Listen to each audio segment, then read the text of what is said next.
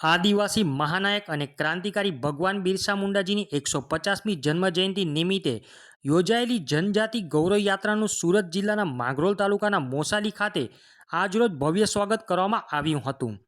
આ પવિત્ર પ્રસંગે પ્રદેશ અધ્યક્ષ જગદીશભાઈ વિશ્વકર્મા સાહેબના શુભ હસ્તે આદિવાસી સમાજના ગૌરવ અને સંઘર્ષના બે મહાન ક્રાંતિકારી ભગવાન બિરસા મુંડાજી અને તાત્યા ભીલજી, જેમણે સ્વતંત્રતા માટે અવિરત સંઘર્ષ કરી અને પોતાના બલિદાનથી આદિવાસી સમાજના સ્વાભિમાનને નવી ઊંચાઈ આપી, તેમની પ્રતિમાઓનું ભવ્ય અનાવરણ કરવામાં આવ્યું હતું।